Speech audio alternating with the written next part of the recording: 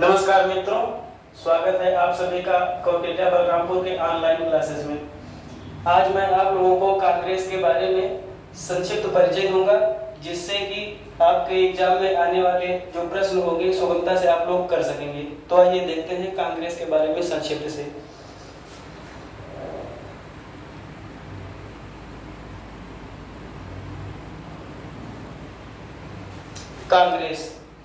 कांग्रेस की स्थापना 1885 ईस्वी में 1885 ईस्वी में एओ ह्यूम ने किया था। एओ ह्यूम मित्रों, ये जो एओ ह्यूम थे एक रिटायर्ड आईसीएस अधिकारी थे, यानी इंडियन सिविल सर्विसेज, पूर्व आईसीएस अधिकारी।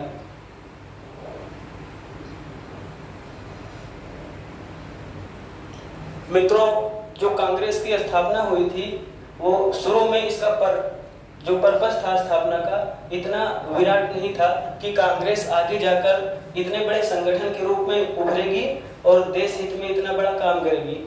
शुरू में जब कांग्रेस की स्थापना हुई थी एओ ह्यूम के द्वारा, तो इसका सिर्फ और सिर्फ इतना ही पर्पस हुआ करता था कि एक सेफ्टी वाल्व की तरह काम किया करती थी। जैसे कि मान लीजिए एक छाता होता है, तो सबसे पहले क्या होता था, अगर मान लीजिए भारतीय जनता जो कि बहुत ज्यादा शोषित थी उस समय में, उसको जब कोई प्रश्न करना होता था तो डायरेक्ट उसके पास कोई मीडियम नहीं था, वो डायरेक्ट अंग्रेजों से ही क्वेश्चन किया करती थी, चाहे वो उसका तरीका कुछ भी हो। तो इसीलिए कांग्रेस जो है उभर के आई, इंडियन नेशनल कांग्रेस जो है एक सेफ्टी पिन की तरह, कि मान लीजिए जो भारतीय जनता होते थे और यहाँ अंग्रेज ब्रिटिशर्स, तो अब इनको अगर इनसे कोई भी सवाल करना होता था तो इन दोनों के मीडिएटर के रूप में इंडियन नेशनल कांग्रेस उभर के आई थी। यानी कि इनको कोई भी क्वेश्चन करना होता था या कुछ भी इनसे संबंधित जानकारी इनको इंडियन नेशनल कांग्रेस दिया करती थी। तो आइए देखते हैं इंडियन नेशनल कांग्रेस आगे चलकर कांग्रेस के जो महत्वपूर्ण अधिवेशन हुए हैं, अधिवेशन से ही ज्यादातर सवाल आपके परीक्षा में पूछे जाते हैं। तो आइए चलते हैं, वो देखते हैं। सबसे पहले ये 1885 मैंने बताया है सन, इसका दिन भी आप लोग नोट कर सकते हैं, 28 दिसंबर 1885। तो सबसे पहला अधिवेशन जो हुआ था 1885 में, इसके स्थापना के वर्ष ही हुआ था, यानी कि 1885, और 1885 से लेकर लगातार स्वतंत्रता तक इसका अधिवेशन हुआ ही है लगातार। तो सब अधिवेशन इंपॉर्टेंट है नहीं, जितने भी अधिवेशन इंपॉर्टेंट हैं हम लोग उसी के बारे में चर्चा करेंगे। तो 85 से लेकर 4 अधिवेशन 85, 86, 87, 88 ये चारों लगातार हुए हैं। तो पहले उसे देख लेते हैं। 1885, 1886, 1887, 1888। ठीक, इससे संबंधित जो फैक्ट है वो हम लोग ये देखेंगे कि ये अधिवेशन जो हुए हैं 85, 86, 87, 88 में, ये किस जगह पे हुए हैं और इससे संबंधित महत्वपूर्ण तथ्य हमारे पास क्या है, इससे रिलेटेड जो इम्पोर्टेंट डेटा है उसको हम लोग देखेंगे। तो सबसे प्रथम 1885 में हुआ था मुंबई में, तब बंबई कहा जाता था। बंबई में सर्वप्रथम 1885 में पहला अधिवेशन हुआ है। इसमें जो है सिर्फ 72 सदस्य ही भाग लिए थे। 1885 में जो पहला अधिवेशन था उसमें सदस्यों की संख्या 72 थी, और इस अधिवेशन की जो अध्यक्षता कर रहे थे उनका नाम था श्रीमान व्योमेश चंद्र बनर्जी, यानी कि व्योमेश चंद्र बनर्जी ने 1885 वाले कांग्रेस की अधिवेशन की अध्यक्षता की थी। व्योमेश चंद्र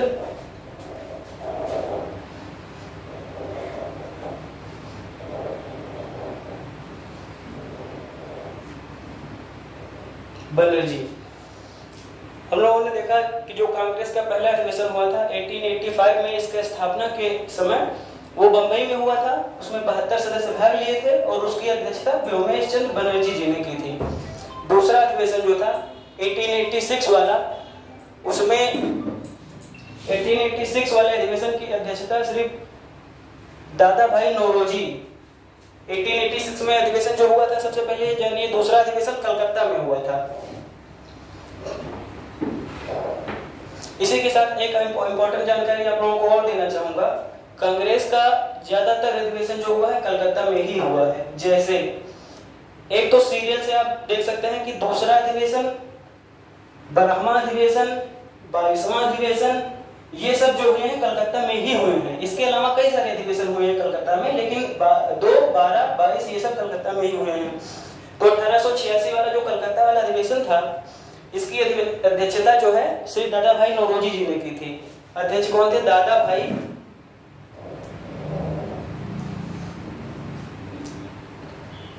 भाई नौरोजी। 1886 में जो दूसरा अधिवेशन हुआ था कलकत्ता में हुआ, इसकी अध्यक्षता दादा भाई नौरोजी जी ने की। और इसमें जो इम्पोर्टेंट हम लोग कह सकते हैं ये था, क्वेश्चन के रिगार्डिंग क्वेश्चन में सवाल इस तरह से बनता है कि कांग्रेस में प्रथम पारसी अध्यक्ष कौन थे? तो हमारे जो दादा भाई नौरोजी थे, इन्होंने भारतीय स्वतंत्रता में अपनी बहुत बड़ी भूमिका निभाई है। तो ये पारसी थे, तो यानी कि ये प्रथम पारसी अध्यक्ष थे, प्रथम पारसी अध्यक्ष। दूसरा हो गया हम लोगों का।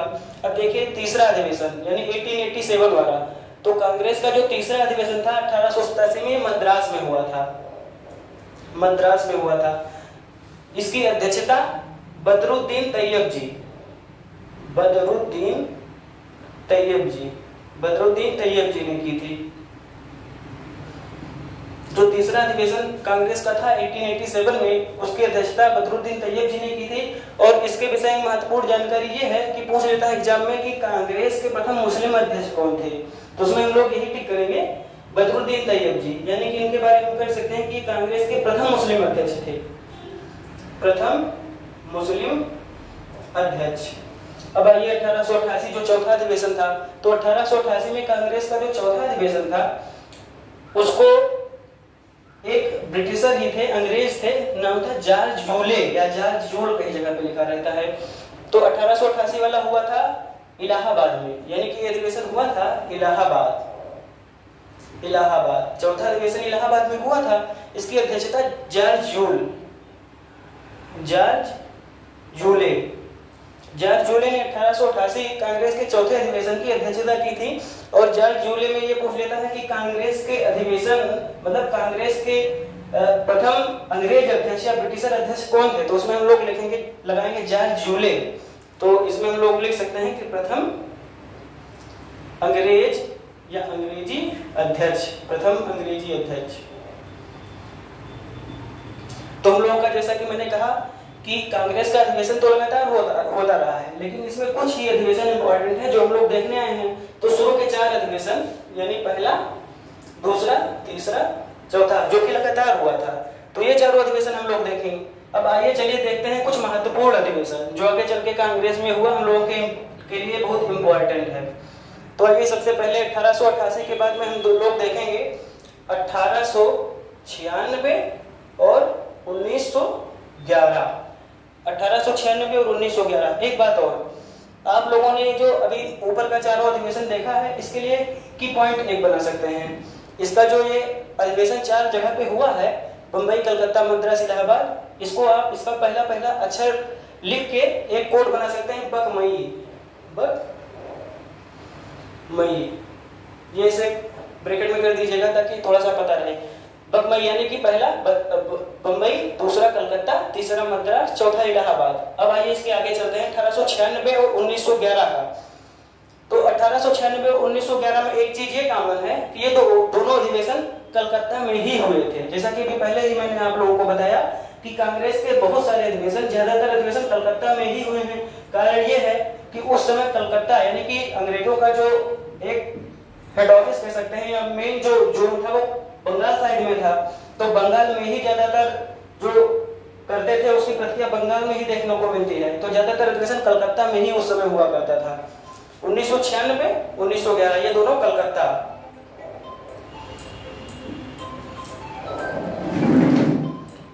अब देखते हैं, सबसे इंपॉर्टेंट ये है कि 1896 और 1911 जो दोनों कलकत्ता में अधिवेशन हुआ था, इसकी अध्यक्षता किसने की थी?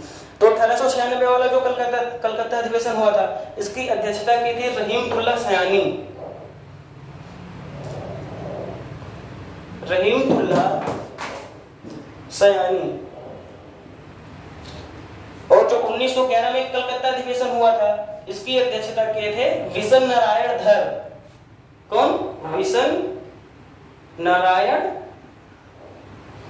धर। अब इन दोनों अधिवेशन को मैंने किस लिए लिखवाया है, इसमें कुछ ना कुछ तो इम्पोर्टेंट होगा ही।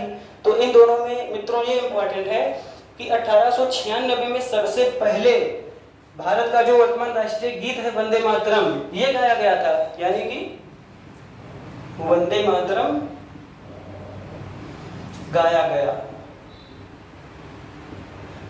1896 में रहीमतुल्लाह सयानी के नेतृत्व में कलकत्ता में जो अधिवेशन हुआ उसमें वंदे मातरम गाया गया। और 1911 में जो विशन नारायण धर जी की अध्यक्षता में कलकत्ता अधिवेशन हुआ, इसमें राष्ट्रीय गान गाया गया। राष्ट्रीय गान गाया गया। तो ये दोनों आप लोगों ने देख लिया। इसके बाद हम चलेंगे, इसके बाद में कुछ अधिवेशन और हैं। जैसे एक हुआ था 1916 में। 1916 का जो अधिवेशन था बच्चों, वो हुआ था लखनऊ में। 1916 का अधिवेशन लखनऊ में संपन्न हुआ था। इसकी अध्यक्षता की थी अंबिका चरण मजूमदार। अंबिका चरण मजूमदार।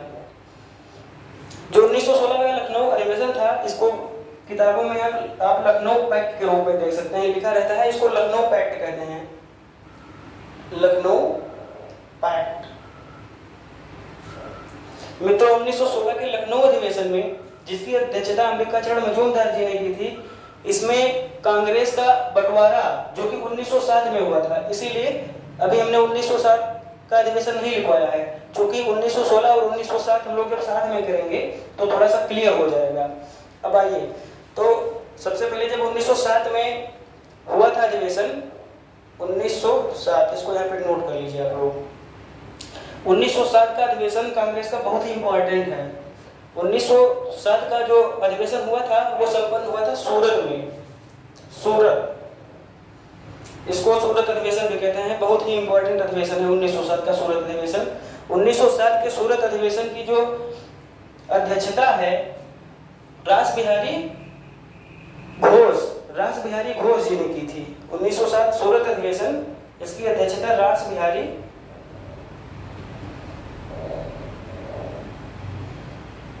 घोष जी ने 1907 में जब सूरत की अध्यक्षता की थी, तो 1907 का सूरत अधिवेशन इसलिए इंपॉर्टेंट हो जाता है क्योंकि 1907 के सूरत अधिवेशन में ही कांग्रेस जो है दो अलग अलग गुटों में बट गई थी। एक था नरम दल, एक था गरम दल।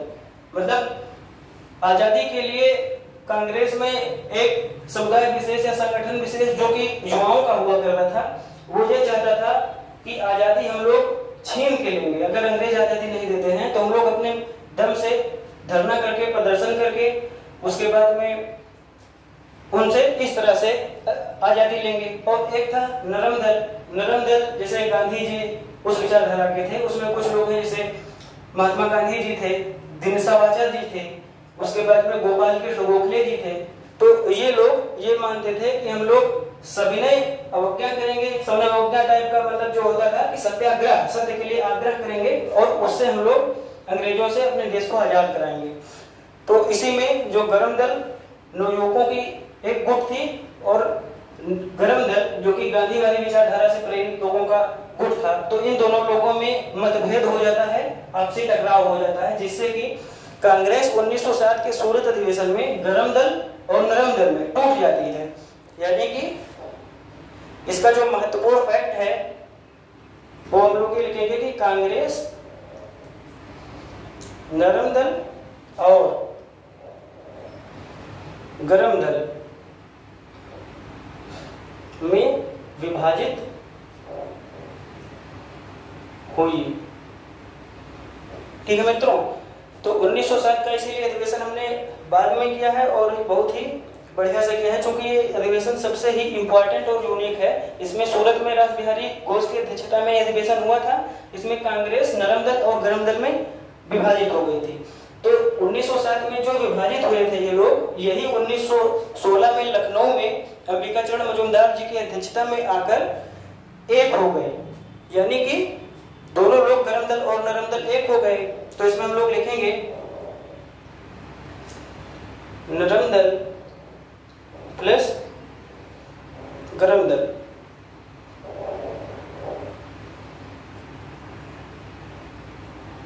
एक हो गए। नरम दल और गरम दल का आपस में जो विरोधाभास था, यानी कि जो उन लोगों का कह सकते हैं कि यहाँ पे 1907 में सूरत अधिवेशन में विचारा भेद के कारण अलग हो गए थे, वही यहाँ पे 1916 में लखनऊ पैक्ट में अंबिकाचरण मजूमदार जी के नेतृत्व में एक हो गए। इसमें एक चीज और हुआ था कि कांग्रेस और मुस्लिम लीग, कांग्रेस प्लस मुस्लिम लीग, इन दोनों लोगों का भी गठबंधन, कांग्रेस और मुस्लिम लीग भी एक हो गई, इन दोनों लोगों का भी मिलन हो गया। तो चलिए 1916 तक हम अधिवेशन देख चुके हैं। अभी आप लोग लाइन से नोट कर लीजिए, फिर इसके बाद का जो महत्वपूर्ण अधिवेशन है वो हम लोग देखेंगे।